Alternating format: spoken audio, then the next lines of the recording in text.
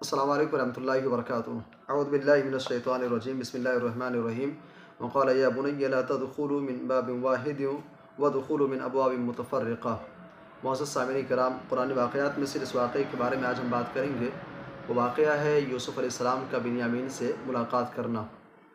یوسف علیہ السلام نے اپنے بھائیوں کو اناج دیا، غلہ ان کو دیا، اور ساتھ ہی ساتھ ان کی پونجی بھی لوٹا دی، اور مزید ان کو یہ تنبیہ بھی کیا کہ دوبارہ جب غلہ لینے آنا تو اپنے بھائی بنیامین کو بھی ساتھ میں لے کر کے آنا۔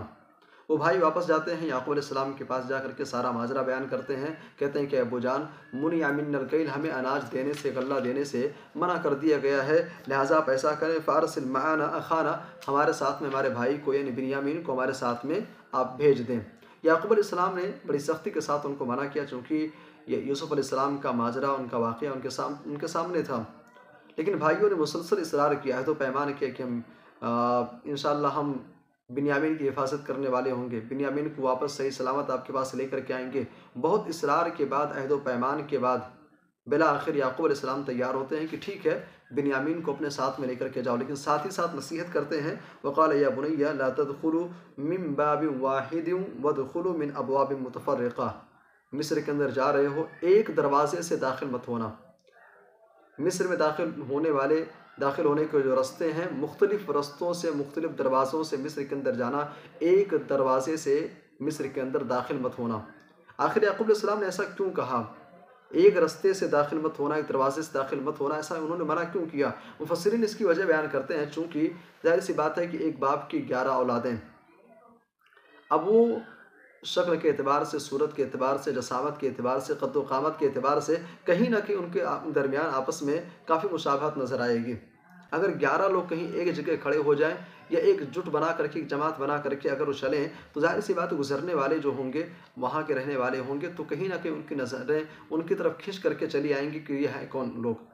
یہ کون لوگ ہیں، کہاں سے آ رہے ہیں۔ تو یعقوب علیہ السلام نے ایسا اس لیے منع کیا کہ کہیں ایسا نہ ہو کہ کوئی ان کو نظر لگا دے، نظر بد سے ان کی حفاظت کرنے کے لیے یہ ظاہری سبب انہوں نے اختیار کیا۔ یہاں پہ کوئی کہہ سکتا ہے کہ یعقوب علیہ السلام تو وقت کے پیغمبر تھے، کیا ان کو اللہ کی ذات پر بھروسہ نہیں تھا؟ میرے بھائی، بھروسہ کا یہ مطلب نہیں ہوتا ہے کہ انسان کیا ہے کہ سمندر کے اندر چھلانگ لگا دے اور پھر یہ کہے کہ اگر میرے مقدر میں ایسا ہوگا تو یہ چیزیں میرے ساتھ پیش آئیں گی، ایسا نہیں۔ ظاہری اسباب کو بھی اختیار کرنا ہے۔ اسی لیے آپ دیکھیں کہ قرآن حکیم آگے بیان کرتا ہے کہ یعقوب علیہ السلام کے جملے نوٹ کیے جا رہے ہیں، وَمَا أُغْنِي عَنْكُم مِّنَ اللَّهِ مِن شَيْءٍ، اے میرے بیٹو، مختلف دروازوں سے داخل ہونا، لیکن اگر اللہ کی جانب سے کوئی چیز، کوئی مصیبت تم کو لاحق ہونے والی ہے تو میں اس سے بے نیاز نہیں کروں، میں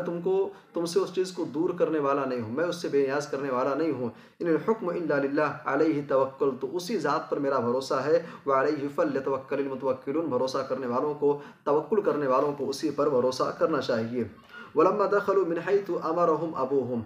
جب وہ لوگ داخل ہوئے، جس طریقے سے یعقوب علیہ السلام نے ان کو داخل ہونے کی بات کہی تھی کہ مصر کے اندر کیسے انٹری کرنی ہے، داخل کیسے ہونا ہے، ما كان يغني عنهم من الله من شيء الا حاجة في نفس يعقوب قضاها، قرآن حکیم خود بیان کر رہا ہے کہ اگر اللہ کی جانب سے کوئی مصیبت، کوئی پریشانی لاحق ہونی ہوتی تو یعقوب علیہ السلام اس کو دور کرنے والے نہیں تھے، اللہ یہ کہ ان کے دل کے اندر ایک خیال پیدا ہوا تھا، سو انہوں نے ایسا بیان کر دیا، وَإِنَّهُ لَذُو عِلْمٍ لِمَا عَلَّمْنَاهُ وَلَكِنَّ أَكْثَرَ النَّاسِ لَا يَعْلَمُونَ۔ یہ اللہ تبارک و تعالیٰ کا خصوصی فضل تھا، پیغمبر تھے، خصوصی علم سے اللہ تبارک و تعالیٰ نے ان کو نوازا تھا۔ وَلَمَّا دَخَلُوا عَلَى يُوسُفَ، جب بھائی یوسف علیہ السلام کے پاس پہنچتے ہیں، آوَا إِلَيْهِ أَخَاهُ، مفسرین کہتے ہیں کہ